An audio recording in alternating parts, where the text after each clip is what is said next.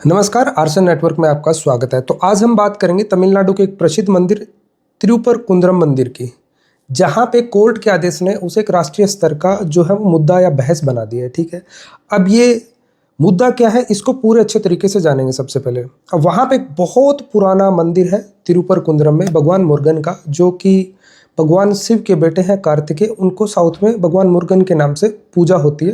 अब वो मंदिर एक पहाड़ी पे बना है और वो जो पहाड़ी है वो स्टेप वाइज है। ये पहाड़ी यहाँ पे मंदिर है, फिर उसके ऊपर एक दीपक जलता है और उसके ऊपर एक दरगाह है जो सबसे ऊपर की पहाड़ी पे बनी हुई है। अब यहाँ पे जो दीप जलाने की परंपरा है वो विवाद कैसे बनी कि जो ऊपर दरगाह है, एक विशेष समुदाय है, उन लोगों को परेशानी होती है कि ये जो दीप है ये नहीं जलना चाहिए।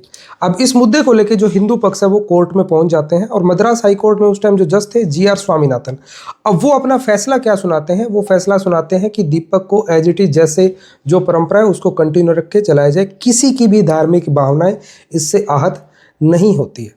फिर वहां पे एंट्री होती है तमिलनाडु गवर्नमेंट की, जो एक विशेष समुदाय को खुश करने के लिए 100 सांसदों के साथ वो पहुंच जाते हैं लोकसभा स्पीकर ओम बिड़ला के पास में।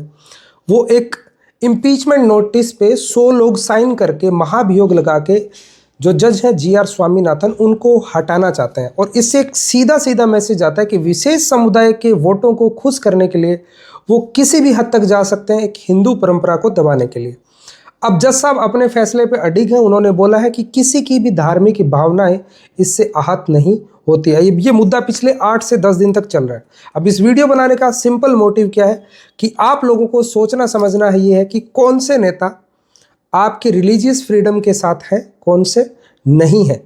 ये भी बहुत ज़्यादा मैटर करता है, क्योंकि हजारों साल पुरानी परंपरा अगर किसी को बाद में जाके ये लगता है कि ये परंपरा नहीं होना चाहिए तो ये सरासर गलत है। और ये एक तरीके से सनातन धर्म, हिंदू धर्म की भावनाओं को दबाता है। तो आप लोग ये सोचिए कि वो जो 100 सांसद है उनमें साइन करने वाले कौन कौन थे।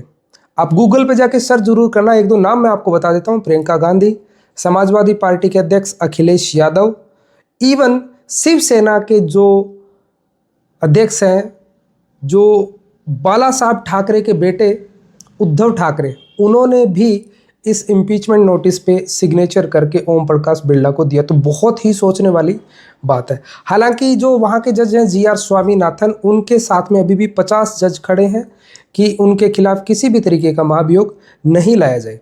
अब आरसन नेटवर्क तो यही चाहता है कि हर किसी को अपनी धार्मिक आज़ादी होनी चाहिए।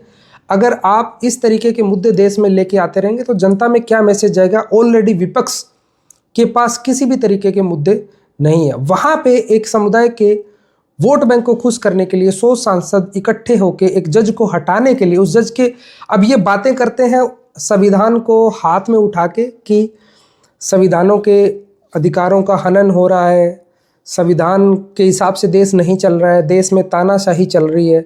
अब कोई जज संवैधानिक तरीके से अगर अपना निर्णय देता है, उसको हटाने के लिए भी जो ये इंडिया ब्लॉक है,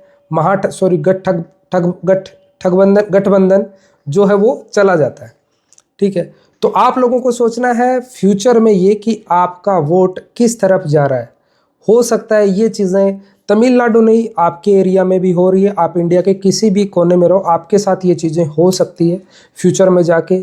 अगर उनके वोट बैंक को उनको खुश करना है तो वो किसी भी फैसले के खिलाफ जा सकते हैं, संवैधानिक हो या असंवैधानिक हो।